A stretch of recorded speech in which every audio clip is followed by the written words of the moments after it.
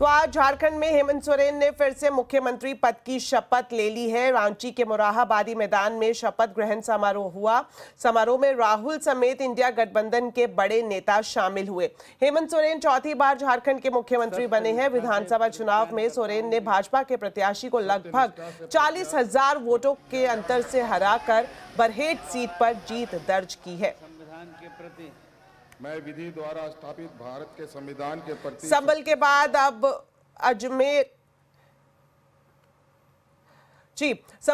अब अजमेर शरीफ दरगाह को लेकर दंगल शुरू हो गया है। अजमेर शरीफ दरगाह को शिव मंदिर बताने वाली याचिका को निचली अदालत ने स्वीकार कर लिया है। अजमेर शरीफ दरगाह में संकट मोचन महादेव मंदिर होने का दावा किया गया है। कोर्ट ने सभी पक्षों, दरगाह कमेटी, अल्पसंख्यक मंत्रालय और एएसआई को नोटिस जारी कर जवाब मांगा है। इस मामले की अब अगली सुनवाई 20 दिसंबर को होगी। याचिका दायर करने वाले हिंदू सेना के राष्ट्रीय अध्यक्ष विष्णु गुप्ता ने अपने दावे के मुख्य रूप से 3 आधार बताए हैं। उन्होंने कहा कि 2 साल की रिसर्च और रिटायर्ड जज हरबिलास शारदा की किताब में दिए गए तथ्यों के आधार पर याचिका दायर की गई है। साक्ष्य में तो हरबिलास शारदा की बुक है, उसमें बहुत कुछ दिया है और जब सर्वे होगा तो सब कुछ सामने आ जाएगा। बुलंद दरवाज़ा है जहाँ में हिंदू नक्काशी और कढ़ाई सब कुछ साफ दिखती है, जो कि इस्लामिक स्ट्रक्चर नहीं है, जो कि वो उसको भी अपना रहे हैं, इस्लामिक स्ट्रक्चर है। तो और दूसरा वहाँ एक झरना है जिसे झारा बोले, जिसमें ऊपर से पहाड़ों के बीच ही, और शिव जी का मंदिर हमेशा शिवलिंग होता है वो नीचे होता है जहाँ पानी आसपास होता ही होता है, तालाब है। कोई भी दरगाह या कोई मस्जिद है तो वहाँ पे झरना और पानी होगा क्या? उसमें नहीं होगा। इससे बहुत सारी चीज़ें, और जो नीचे जो तहखाना है जो खोल नहीं रहे, करीब 50-60 साल पहले तक खुलता था और वहाँ एक हिंदू पुजारी और फैमिली वहाँ पर नित्यदिन पूजा पाठ करती थी। वहीं इस पूरे मामले को लेकर अजमेर दरगाह के प्रमुख उत्तराधिकारी और ख्वाजा मोइनुद्दीन चिश्ती के वंशज नसरुद्दीन चिश्ती ने अपना पक्ष सामने रखा है। उन्होंने कहा कि ऐसी हरकतें देश की एकता के लिए खतरा है। ये बारगाह हमेशा मोहब्बत अमन का पैगाम देती है। गंगा जमनी तहजीब का गहवारा है। यहाँ पर ऐसा नापाक सोच रखना और इसके बारे में ऐसी बात करना, ये उन तमाम दुनिया के लाखों करोड़ लोग जो आस्था जुड़ी हुई है उनकी आस्था को ठेस है। ये समाज को बांटने का काम किया गया है, ये देश को तोड़ने का काम किया जा रहा है। ऐसे नींद में सूट के लोग आ जाते हैं और आए दिन नए नए क्लेम करते हैं। मैं भारत सरकार से अपील करता हूं कि इस मामले में इंटरवेन करें और क्या तो नया कानून लाया जाए या कोई गाइडलाइन जारी की जाए। वहीं अजमेर शरीफ विवाद को लेकर सियासी वार पलटवार भी शुरू हो गया है। AIMIM के अध्यक्ष असुद्दीन ओवैसी ने कहा है कि अजमेर में पिछले 800 सालों से दरगाह है। उन्होंने इसे लेकर मोदी सरकार पर भी निशाना साधा। नेहरू से लेकर जितने प्रधानमंत्री बने वो वहां पर चादर भिजाते हैं। आप बताइए क्या करना चाह रहे हैं लोग? आखिर क्यों इतनी नफरत पैदा कर दिए बीजेपी RSS वाले मस्जिद दरगाहों के ताल्लुक से? प्रधानमंत्री नरेंद्र मोदी खुद चादर भिजाते हैं। अब बताइए उस पर क्या बोलेंगे वो? उन्होंने मिनिस्ट्री ऑफ माइनॉरिटी अफेयर्स को पार्टी बनाया तो नरेंद्र मोदी की सरकार उसको बोलेगी कि वो दरगाह है ही नहीं है। प्लेसेस ऑफ वर्शिप एक्ट तो इस्तेमाल ही नहीं हो रहा। लोअर कोर्ट आखिर प्लेसेस ऑफ वर्शिप एक्ट को क्यों नहीं सुन रही है? वहीं इस पूरे मामले पर केंद्रीय मंत्री गिरिराज सिंह ने कहा है कि अगर किसी हिंदू ने याचिका डाली है तो इसमें दिक्कत क्या है। उन्होंने ये भी कहा कि अगर नेहरू ने मस्जिद बनाने का अभियान रोक दिया होता तो आज कोर्ट जाने की स्थिति नहीं बनती। जब आक्रांता आए थे मुगल तो हमारे मंदिरों को तोड़ा था। अब आप कहेंगे कि कितने मस्जिदों पर आप ये बोलेंगे, तो मैं कहूँगा कि अब आज तक कांग्रेस की सरकार केवल तुष्टीकरण करते रही। तुष्टीकरण के कारण ही अगर ये 47 में ही आक्रांतों द्वारा मंदिरों पर मस्जिद बनाने का जो उनका एक मुहिम चला था उसको समाप्त कर दिया गया होता नेहरू के द्वारा, तो आज हमें कोर्ट में अर्जी देने की जरूरत नहीं पड़ती। तो अजमेर शरीफ पर हिंदू पक्ष की याचिका कोर्ट में स्वीकार होने पर समाजवादी पार्टी के सांसद राम गोपाल यादव ने कोर्ट को लेकर विवादास्पद बयान दिया है। मैंने पहले ही कहा था कि इस तरह के जजेस भी, छोटे छोटे जजेस बैठे हुए हैं जो इस देश में आग लगवाना चाहते हैं। कोई मतलब नहीं है। अजमेर शरीफ पर हमारे प्रधानमंत्री स्वयं चद्दर भिजवाते हैं, सारे देश के लोग, दुनिया भर के लोग आते हैं वहाँ। अब उसको विवादों में डालना बहुत ही घृणित और ओछी मानसिकता का प्रतीक है। और ये यही नहीं, ये सत्ता में बने रहने के लिए बीजेपी समर्थित लोग कुछ भी कर सकते हैं। देश में आग लग जाए, इनसे कोई मतलब नहीं। तो संभल के बाद क्यों गरमाया अजमेर दरगाह विवाद, इसका क्या होगा असर? आज आवाज अड्डा में इसी पर होगी बड़ी चर्चा शाम 7:57 पर। बांग्लादेश में हिंदुओं पर हो रहे अत्याचार को लेकर भारत ने कड़ी चिंता जताई है। प्रधानमंत्री नरेंद्र मोदी ने विदेश मंत्री जयशंकर से इस पर हालात की जानकारी लेते हुए विस्तार से चर्चा की है। वहीं बांग्लादेश में इस्कॉन की गतिविधि पर पाबंदी लगाने की तैयारी भी चल रही है। हालांकि ढाका हाईकोर्ट ने फिलहाल किसी भी तरह के बैन से मना कर दिया है। आपको बता दें, इससे पहले कुछ वकीलों ने हाईकोर्ट में अर्जी दी थी कि हाईकोर्ट मामले का खुद से संज्ञान लेकर आदेश जारी करे और इस्कॉन की गतिविधि पर पाबंदी लगाए। इस्कॉन पर मौजूदा सरकार को अस्थिर करने और अवामी लीग को सपोर्ट करने का भी आरोप लगाया गया है। इधर बांग्लादेश में अल्पसंख्यक हिंदुओं के खिलाफ हिंसा लगातार बढ़ रही है। ऐसे में इस्कॉन के चिन्मय दास विरोध की आवाज के तौर पर उभरे हैं और उनको फिलहाल प्रशासन ने गिरफ्तार कर जेल भेज दिया है। आपको बता दें, भारत पहले ही बांग्लादेश में हिंदुओं की सुरक्षा को लेकर चिंता जता चुका है। दिल्ली के प्रशांत विहार इलाके में आज सुबह एक ब्लास्ट हुआ। दिल्ली फायर सर्विस के मुताबिक उनके पास विस्फोट से जुड़ा एक कॉल आया था, जिसके बाद फायर ब्रिगेड मौके पर पहुंची। पूरे इलाके की घेराबंदी की गई। इस मामले में एनआईए दिल्ली पुलिस की जांच में मदद करेगी। प्रशांत विहार में पार्क की बाउंड्री वॉल के पास धमाका हुआ था और ये भी बताया जा रहा है कि मौके पर सफेद पाउडर जैसी चीज बिखरी हुई मिली है और ऐसा ही पाउडर प्रशांत विहार सीआरपीएफ स्कूल के पास हुए धमाके के बाद भी मिला था। दिल्ली के पूर्व मुख्यमंत्री और आम आदमी पार्टी के संयोजक अरविंद केजरीवाल ने दिल्ली की सुरक्षा व्यवस्था को लेकर गृह मंत्री अमित शाह पर सवाल उठाए हैं। अरविंद केजरीवाल ने कहा कि दिल्ली दुनिया की सबसे असुरक्षित राजधानी है। केजरीवाल ने आरोप लगाया कि केंद्र सरकार और गृह मंत्री अमित शाह कानून व्यवस्था बनाने में असफल साबित हुए हैं। 2022 में 501 मर्डर हुए, जो कि पिछले कुछ सालों में सबसे ज्यादा मर्डर्स हैं, और लगभग पिछले 3 महीने में जितने यमुना पार जितने गैंगवार हुए हैं उसमें 20 लोगों की जानें गई हैं। अमित शाह जी की जिम्मेदारी है दिल्ली को सुरक्षित रखने की। अमित शाह जी की जिम्मेदारी है दिल्ली में कानून व्यवस्था को बनाए रखने की।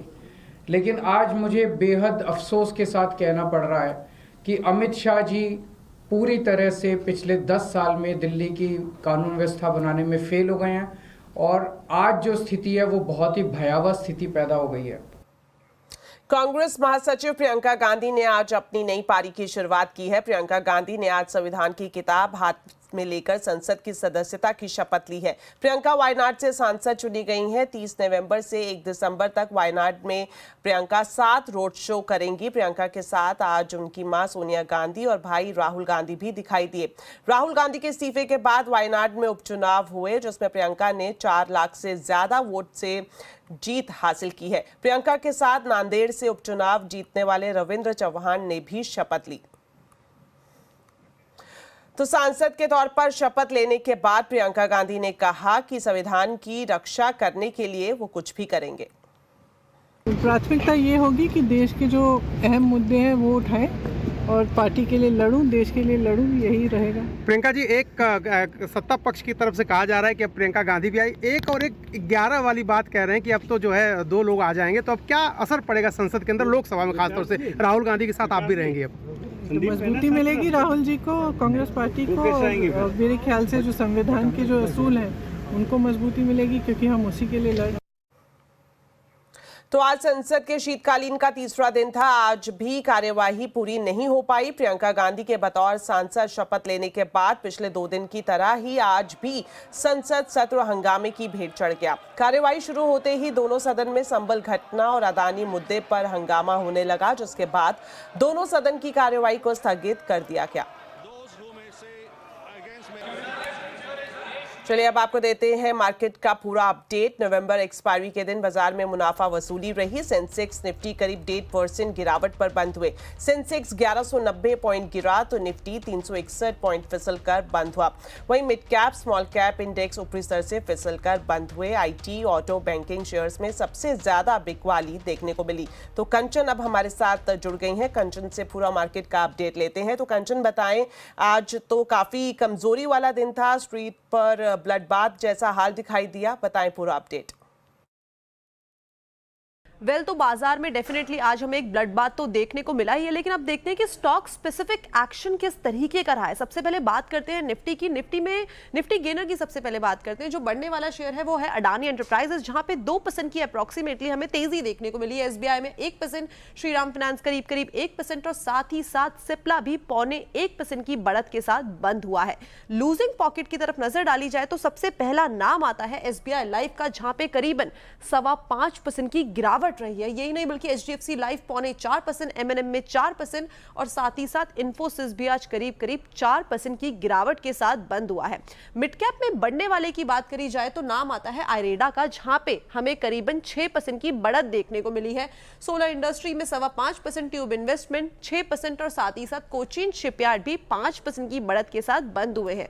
लूजिंग पॉकेट में नाम आता है सबसे पहले मैक्स फाइनेंशियल, 5% की गिरावट आज के सत्र में। मैक्स हेल्थ केयर में 2.5%, एस्कॉर्ट कुबोटा में करीब 0.3% और एम्फेसिस भी करीबन 2% की गिरावट के साथ बंद हुआ है। लेकिन ओवरऑल अगर हम मार्केट का सेंटिमेंट देखें तो काफी ज्यादा हमें बेयर्स का जो हाथ है वो हेवी हैंड पे दिखा है। शुक्रिया कंचन पूरे मार्केट अपडेट के लिए। वहीं एमके वेंचर्स के फाउंडर मधु केला का कहना है कि बाजार में करेक्शन का दौर पूरा हो चुका है। उनके मुताबिक ये खरीदारी का अच्छा मौका है। साथ ही मधु केला ने पैनिक ना होने की भी सलाह दी। देखिए, बाजार, मेरा व्यू मैं बोल चुका हूं, कंस्ट्रक्टिव है। इस करेक्शन के बाद मैं इंडिविजुअल स्टॉक्स में देख रहा हूं अपॉर्चुनिटी दिख रही है। मैं अपने पोर्टफोलियो को देखता हूं, मुझे बहुत कॉन्फिडेंस आता है that after this kind of correction also portfolio में कोई बहुत बड़ा डैमेज नहीं है। और मेरा कोई यूनिक पोर्टफोलियो नहीं है, बहुत सारे लोगों का ऐसा ही पोर्टफोलियो, सिमिलरली कोई बड़ा डैमेज नहीं है। तो that gives a lot of confidence to people.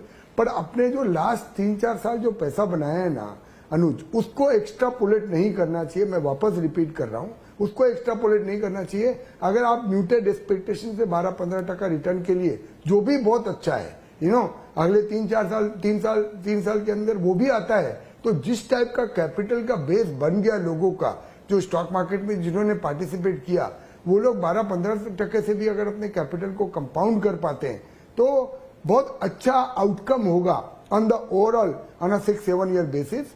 और मुझे लगता है उसमें फिर इंडिविजुअल कंपनी में अगर आप इन्वेस्टर हो तो 100% 2-4 बड़े विनर तो आपको मिलेंगे जो आपके ओवरऑल पोर्टफोलियो रिटर्न को बेहतर कर सकते हैं। तो बहुत वोकल हूं, इंडिया में बिलीव कीजिए, स्टॉक मार्केट में बिलीव कीजिए। ये सब जो करेक्शन होता है यही एक अपॉर्चुनिटी है इंडियन इन्वेस्टर को इंडिया की ग्रोथ स्टोरी में पार्टिसिपेट करने की। तो इन करेक्शन से डरने के बजाय जब भी इस टाइप के डीप करेक्शन होते हैं आप पैसा डालिए। दिसंबर में सीमेंट कंपनियां दाम बढ़ा सकती हैं। डीलर्स के मुताबिक डिमांड बढ़ने के चलते दामों में उछाल देखने को मिल सकता है। इस खबर पर पूरी जानकारी दे रहे हैं यतिन मोता। तो देखिए, जहाँ तक कि सीमेंट कंपनी का सवाल है, जो नवंबर की स्टार्ट में प्राइस हाइक्स हुए थे और क्योंकि मॉनसून ये टाइम थोड़ा लंबा चल गया, उसके कारण जो प्राइस हाइक्स है वो सस्टेन नहीं हो पाई हैं। उम्मीद ये है कि दिसंबर में फिर से एक बार सीमेंट कंपनी जो है 5 से 25 रुपये प्रति 50 केजी बैग बढ़ाने की कोशिश करेंगे। नवंबर की बात करें तो क्लियरली ये जो प्राइस हाइक अनाउंस हुई थी शुरू में मंथ के, वो रोल बैक करनी पड़ी है। इनफैक्ट अगर हम बात करें तो सीमेंट के दाम लगभग 345 से 355 रुपये प्रति 50 केजी बैग आपको होते हुए दिखाई पड़ रहे हैं। जहाँ तक कि नॉर्थ और वेस्ट इंडिया का सवाल है, यहाँ कंस्ट्रक्शन एक्टिविटी अच्छी थी और कहीं ना कहीं यहाँ फिर से एक बार पिकअप होने की उम्मीद है। हालांकि अगर हम बात करें तो ईस्ट और साउथ मार्केट्स काफ़ी वीक हैं। नॉर्थ मार्केट्स में स्पेशली जो मैरिज सीजन है, जो कंस्ट्रक्शन सीजन है, उसके चलते आपको प्राइस हाइक्स में फर्मनेस होती हुई दिखाई पड़ सकती है। और महाराष्ट्र इलेक्शंस और झारखंड के इलेक्शंस के बाद तो कहीं ना कहीं इन दोनों राज्यों में आपको सीमेंट की मांग फिर से एक बार बढ़ती हुई नज़र पड़ेगी। जहाँ तक कि रीजन वाइज नवंबर की प्राइस मूव का सवाल है, एमपी, यूपी, एनसीआर और राजस्थान, यहाँ आपको 3 से 4% on average price hike sustain होता हुआ दिखाई पड़ा है। हालांकि अगर हम बिहार, वेस्ट बंगाल की बात करें तो यहाँ 10 से 20% प्राइस गिरे हैं साल दर साल बेसिस पे। कर्नाटका, तेलंगाना में भी आपने सिमिलर ट्रेंड्स देखे हैं, जहाँ रियल एस्टेट में भी इतना खास पिकअप नहीं देखने को मिला है। लेकिन हाँ, अगले हफ्ते जो सीमेंट डीलरशिप है उनकी साथ जो हमारी कांटेक्ट है उससे हम कोशिश करेंगे किस तरीके के price hike cement companies plan कर रहे हैं। लेकिन हाँ, एक हफ्ते के लिए रुकना पड़ेगा क्योंकि दिसंबर का प्राइस हाइक एक्सपेक्टेशन बहुत ही ज़्यादा बाजार में भी है। और ओवरऑल क्योंकि एक अच्छे इलेक्शन सीजन और मानसून सीजन से हम बाहर आ रहे हैं तो कहीं ना कहीं पिकअप की उम्मीद ज़रूर है। महाराष्ट्र चुनाव के नतीजों के बाद से एफएमसीजी शेयर्स में अच्छी खरीदारी देखने को मिल रही है। अगर कोलगेट की बात करें तो इसमें 5 दिनों में करीब 12% से ज्यादा की तेजी देखने को मिली है। कंपनी ने एनालिस्ट डे में भविष्य की ग्रोथ की तस्वीर पेश की है। इसके क्या संकेत है, ये समझा रहे हैं CNBC TV 18 के हमारे सहयोगी मंगलम मालू।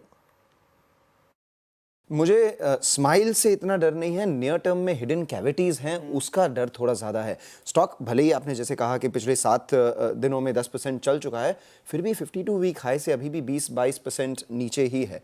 और नियर टर्म में प्रॉब्लम है। नियर टर्म में प्रॉब्लम ये है कि याद है हम बात कर रहे थे कि अर्बन डिमांड थोड़ी सी स्लो है, रूरल अच्छी है। कंपनी कह रही है कि अब रूरल ग्रोथ में भी थोड़ी उनको मॉडरेशन दिखाई दे रही है। तो वो एक बहुत इंपॉर्टेंट चीज़ है मॉनिटर करने की। कल HUL का भी एनालिस्ट मीट है तो वो इस बारे में क्या कहते हैं वो भी हमें देखना पड़ेगा, ताकि अभी तक जो सेक्टर को रूरल ग्रोथ बनाए रखा था वो भी अगर मॉडरेट होने लग जाएगा तो डबल वैमी एक तरफ से हो जाएगी।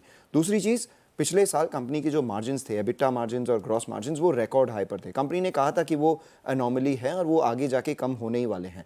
तो आगे जाके अगर ग्रोथ में कोई प्रॉब्लम है और मार्जिन्स भी कम हो रही है तो फिर आप कैसे जस्टिफाई करेंगे इस प्राइस को या इस चीज़ को। तो वो ही स्टॉक ने ऑलरेडी प्राइस कर चुका है 20% गिर के।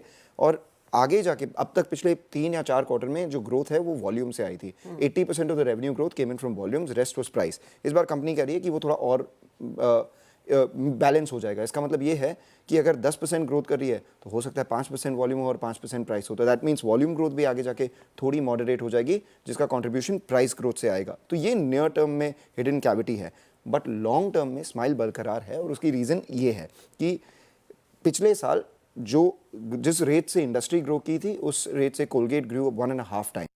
इस फर्स्ट हाफ में ही company has grown more than 2.5 times peers. तो मार्केट शेयर बरकरार है, भले ही मार्केट नीचे हो रहा है बट कोलगेट अपना मार्केट शेयर बढ़ा रही है।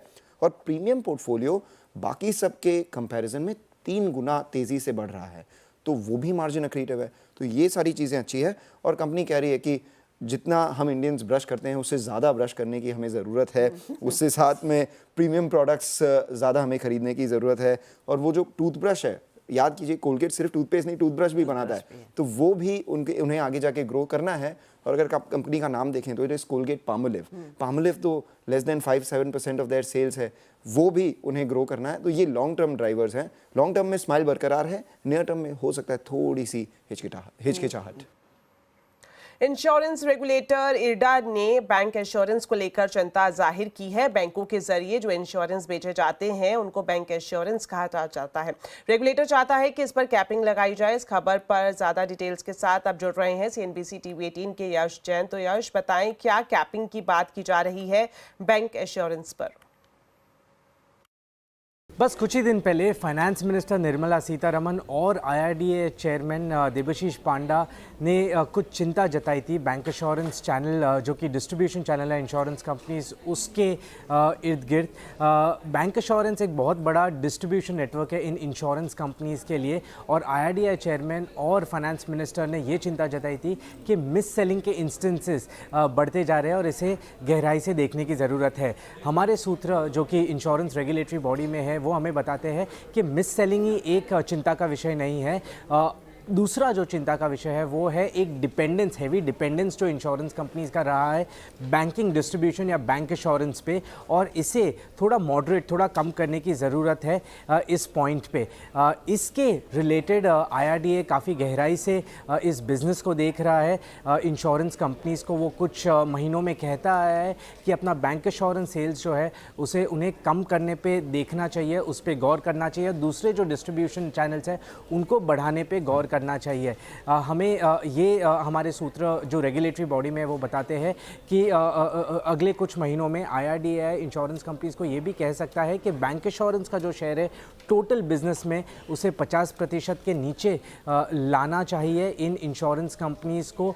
और अगर मॉनिटरिंग में अगले कुछ महीनों में वो नहीं हो पाता है तो insurance regulator in insurance companies को एक ग्लाइड पाथ या एक ग्रेजुअल जो प्लान होता है वो भी प्रस्तुत कर सकता है, जिसके अंतर्गत इंश्योरेंस कंपनीज को अपना बैंक इंश्योरेंस शेयर है वो कम करना पड़ेगा। ये एक कंसर्न है या एक चिंता का विषय है। दूसरा चिंता का विषय ये है कि जो पेरेंट बैंक का शेयर है out of the total bank insurance वो भी काफ़ी हाई लेवल पे है और वो भी एक चिंता का विषय है रेगुलेटर के लिए। तो उसे कम करने पे भी इंश्योरेंस रेगुलेटर IRDAI है वो बैंक को एक एडवाइजरी दे सकता है। चिंता यही है कि अगर कोई भी बैंक के साथ बिजनेस पे कोई भी तरीके का कंसर्न या इशू आता है तो उसका इम्प्लीकेशन इंश्योरेंस कंपनीज पे होगा, उनके बिजनेस पे होगा। अगर वो होता है तो उनके पॉलिसी होल्डर्स और शेयर होल्डर्स पे भी इसका नेगेटिव इम्पैक्ट आने की पूरी आशंका रहेगी। शुक्रिया यश इस एक्सक्लूसिव जानकारी के लिए। तो चलिए वक्त हो गया एक छोटे से ब्रेक का, लेकिन खबरें अभी और भी हैं। आप देखते रहिए आवाज समाचार।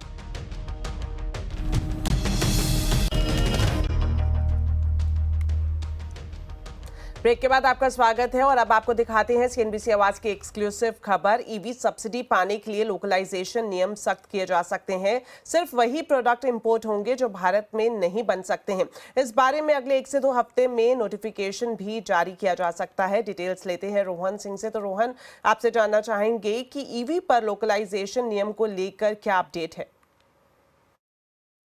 जी, सरकार ने एक नया फेज मैन्युफैक्चरिंग प्रोग्राम जारी किया है जिसे अगले 1 से 2 सप्ताह के बीच जारी किया जा सकता है। इसमें इलेक्ट्रिक व्हीकल कंपनियों को पहले से ज़्यादा कड़े लोकलाइजेशन के नियमों का पालन करना पड़ सकता है। अगर किसी भी कंपनी को सरकार से सब्सिडी पानी हो तो उन्हें ये दिखाना होगा कि उन्हें एक सर्टेन परसेंटेज जो है भारत से ही सोर्स किया है। ऐसी बहुत सारी कैटेगरीज हैं जो कि अभी कंपनियां बाहर से इंपोर्ट करती हैं, उनकी संख्या घटाई जाएगी। 18 ऐसी कैटेगरीज इससे पहले थी जो कि अलाउड थी, जिसमें भारत में कैपेसिटी नहीं थी मैन्युफैक्चरिंग की, जो बाहर से कंपनियां मंगा सकती थी। लेकिन उनकी संख्या को कम करके 10 से 12 किया जा सकता है और कंपनियों को कहा जाएगा कि वो अधिक से अधिक भारत में ही जो है वो सोर्स करे। खासतौर पे बॉडी पैनल या सर्किट ब्रेकर जैसी जो चीज़ें हैं जो पहले अलाउड थी कि वो बाहर से मंगा सकते हैं, उन्हें अब भारत में ही उन्हें सोर्स करना पड़ेगा। जो बैटरी पैक या बैटरी मॉड्यूल्स हैं वो यहाँ पे कंपनियां असेंबल कर सकती हैं, बाहर से सेल मंगा सकती हैं, लेकिन बाहर से सेमी नॉक्ड यूनिट में बैटरी मॉड्यूल्स को नहीं मंगा सकेंगी। ये नए नियमों में बदलाव किया जाएगा और साथ ही कंपनियों को ये पूरा एक एविडेंस देना होगा कि उन्होंने सारी जो सोर्सिंग है वो भारत से की है। PM E-ड्राइव इस वक्त अपने हाफ लगभग चरण पे पहुंच चुकी है और अगले 1 से 2 साल में जिन कंपनियों को भी सब्सिडी पानी हो उन्हें इस नए PMP का पालन करना पड़ेगा और इसके लिए इस कंपनियों को थोड़ा समय दिया जाएगा, 6 महीने का समय दिया जा सकता है और अगले साल जून से ये नियम लागू हो सकते हैं। शुक्रिया रोहन इस पूरी जानकारी के लिए। तो बाजार में एक के बाद एक ईवी कार लॉन्च हो रही है। क्या लॉन्चिंग के इस बहार के बीच आप भी इलेक्ट्रिक कार लेने की सोच रहे हैं? तो रुकिए और समझिए, क्या ईवी कार लेना आपके लिए फायदे का सौदा है या फिर पेट्रोल वाली कार ही सही है? जानने के लिए जरूर देखिए आज का कंज्यूमर अड्डा शाम 5:57 पर।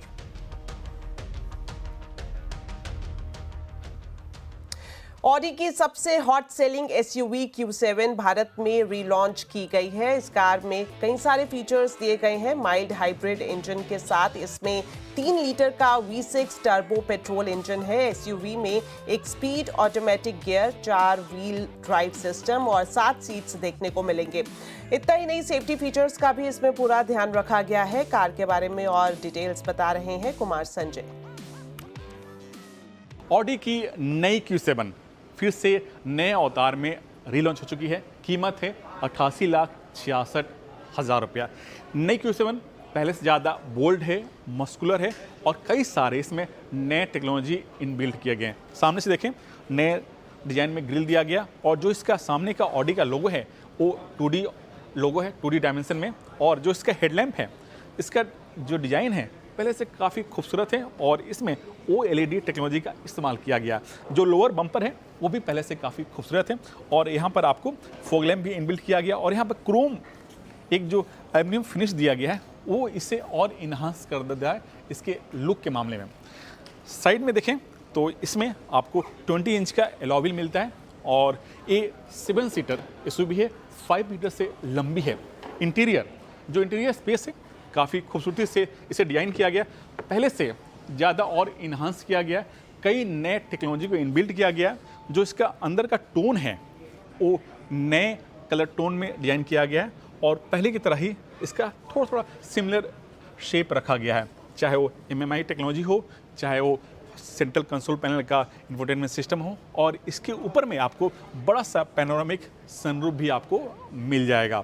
साइड से देखें तो ये जो ऑडी का एक Q7 है, खूबसूरती के साथ इसे डिज़ाइन किया गया है और इसमें 7 लोग आराम से बैठकर सफ़र कर सकते हैं।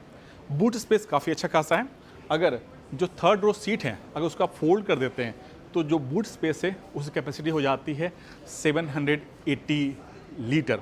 और इस ऑडी Q7 में आपको 3 लीटर का 48 माइल्ड हाइब्रिड टेक्नोलॉजी के साथ इंजन लगाया गया और इसका पावर आउटपुट है 340 bhp और ये Q7 8 स्पीड ऑटोमेटिक गियर के सहारे काम करता है। इसी वजह से जो इसकी स्पीड है 5.6 सेकेंड में 100 किलोमीटर स्पीड छू लेती है और टॉप स्पीड मत पूछिए 250 किलोमीटर से ज़्यादा। और इस Q7 का जो सीधा मुकाबला है मर्सिडीज की GLE, BMW की X5 से है। अब देखना होगा कि नई ऑडी Q7 कितने खरीदारों को अपनी तरफ लुभा पाती है। तो चलिए इसी के साथ बुलेटिन में इतना ही। आप खबरों पर अपडेट रहें, CNBC आवाज से जुड़े रहें हमारे सोशल मीडिया हैंडल्स के जरिए। नमस्कार।